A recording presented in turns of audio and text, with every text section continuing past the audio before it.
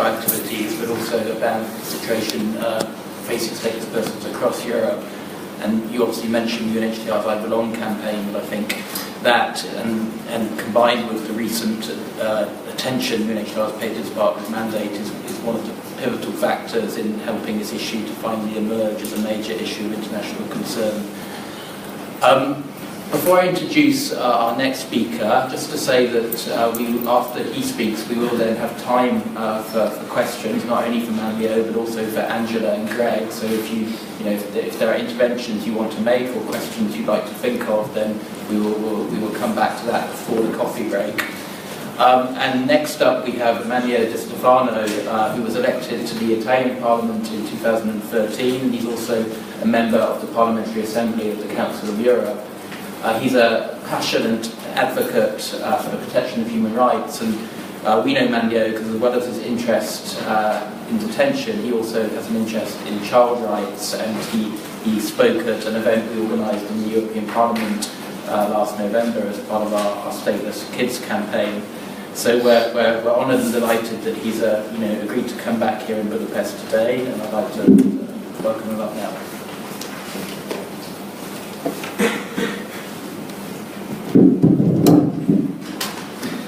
Good morning, ladies and gentlemen. It gives me great pleasure to be here today with such an incredible audience and extraordinary parterre of panelists. Well, I want to thank the European Network of Statelessness for its invitation. We met in Strasbourg several times, I would say, and the last one was the event organized by John Lambert. And thanks especially to Chris Nash. He's the real passionate on this issue, and he's putting a lot of effort on it. Foremost, I want to thank you all for the incredible work you have done and the work you will continue to do in a field of the human rights that is life-changing and life-saving. Well, I want to start with some incredible numbers. Although statelessness is not, you see, in the media mainstream, it concerns around 10 million people in the world and more than 600,000 people only in Europe. Up to 70,000 children born in statelessness every year. This conference is about protecting stateless persons from arbitrary detentions. Therefore, anyone can easily understand that the urgent issue to be tackled is to prevent statelessness and ensure that people are not faced with further violation of their rights simply because they lack of an effective nationality. This is not just a battle of justice, this is a battle of foresight for a healthy society, since arbitrary detention has severe and long-lasting effects on mental health of people detained. A new consensus is growing in Europe that the current use of immigrants' detention is unsustainable, harmful, and in many cases unlawful, since it leaves innocents in a legal limbo for years. As I pointed out in the report adopted in March last year, for which I was a rapporteur, on the need to eradicate statelessness of children, the majority of Europe's stateless were born and live in Europe, and many of them will not be stateless today if all European countries had comprehensive safeguards against statelessness as required by the international law. The report, approved with a large majority, calls member states to ratify, among the others, the Convention on Nationality and the Convention on Avoidance of Statelessness in relation to the state's accession, and 3 United Nations conventions concerning the status of statelessness person, the reduction of statelessness, and the rights of the child. Thus, the Parliamentary Assembly has called on Council of Europe member states to review their law and policies frameworks to bring national law into compliance with international instruments and standards, and to ensure that national legislation provides for the granting of nationality to every child born on their territory who would otherwise be stateless, in accordance with the Council of Europe's 2006 Convention on Avoidance of Statelessness and the 1961 UN Convention on the Reduction of Statelessness.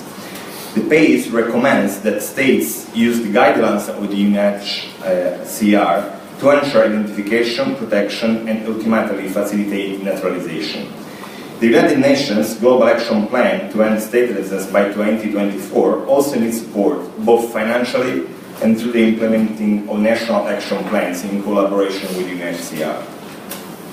Now let's see what's the legal and regulatory framework in which we are moving, and all of you will see it's really extensive. Relevant regional and international instruments collectively provide a comprehensive safeguard against childhood statelessness. However, gaps in national laws and policies hinder the implementation of these obligations. Of the Council of Europe instruments, Article 6 of the European Convention on National States that each state's party shall provide in its internal law for its nationality to be acquired by children born on its territory who do not acquire at birth another nationality. But the most extensive protection against childhood statelessness can be found in the Convention on the Rights of the Child. Article 7 obligates states to register all births immediately and to ensure that the child's right to acquire nationality. Article 7 explicitly requires the implementation of measures to avoid statelessness. The CRC and the ACHR are universally ratified by Council of Europe states. 29 states are party to the 1961 Convention and 20 to the ACN. A total of 31 European states are thereby party to either or both. Therefore, this is evident that all the European states have a strong obligation to respect every child's right to nationality and to eradicate childhood statelessness. From a social and humanitarian point of view, all of us here today know that the failure to ensure that every child enjoys the rights to a nationality and doesn't take the risk to be detained has serious consequences on children, their families, and on society as a whole. Statelessness brings with it discrimination, denial of access to education, healthcare, housing, and employment. It exacerbates the problems faced by people who are, for the most part, partially already socially vulnerable. It immobilizes those people in a legal limbo, causing a huge delay in their integration capability. Those people are the same described by Mr. Greg Constantine, people that live on their own skin every day, a huge problem. Addressing the question of statelessness at the earliest age should prevent the persistence of such problem and situation of discrimination into adulthood. Children who have the right to become citizens can truly belong in and contribute to society. The Parliamentary Assembly of the Council of Europe is fully convinced that the key to bringing about change in policies and practice is our commitment in working together. A successful example is the parliamentary campaign to end immigration detention of children, which is increasing awareness and visibility of an issue through highlighting not only good practice in member states, but also lacunae in legislation and non-respect of international treaties. The campaign is contributing to new regulations and guidelines and branching out into related topics such as the promotion of child-friendly age assessment procedures. With respect to statelessness, it is clear that only if all countries are convinced that statelessness is to be avoided as a priority will there be any change of eradicating the lack of this fundamental right to an identity.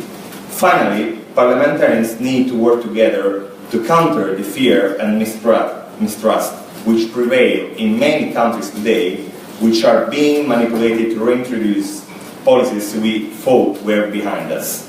Because despite the sobering lessons of the 20th century, imposed statelessness is creeping back, not only as an additional means of punishment for those who have acted violently against our democracies, but also as an underserved extra burden for people whose only crime is that they or their parents have left their countries of origin and abandoned their nationality in order to survive.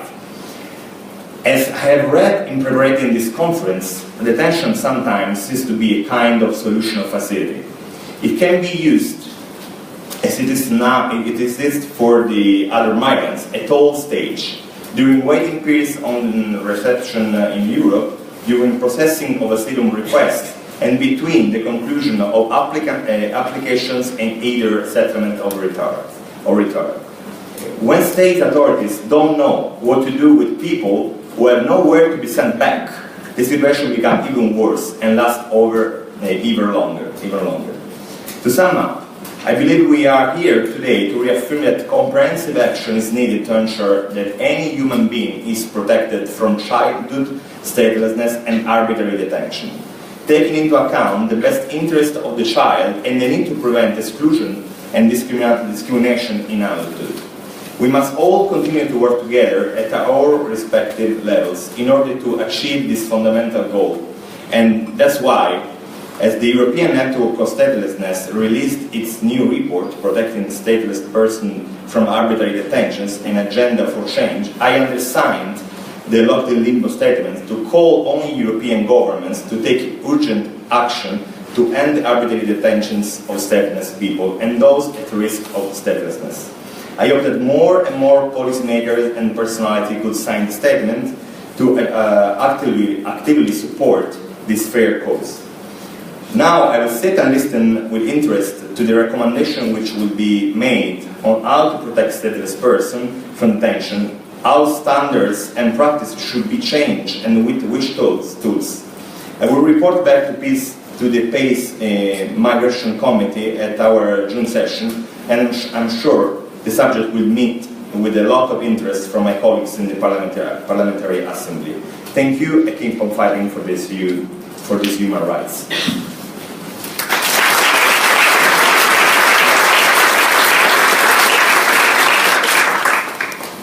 Many thanks, Manlio. We are incredibly lucky to have you as such a strong voice in support of the rights of stateless persons, and we really welcome the fact that you would take back the information and discussion from this conference to Strasbourg, and we're also, of course, hugely grateful that you have publicly endorsed our statement as a key component of our campaign strategy is to try and encourage PACE members across Europe to endorse the statement and to become champions for our campaign, and hopefully many others will follow your example.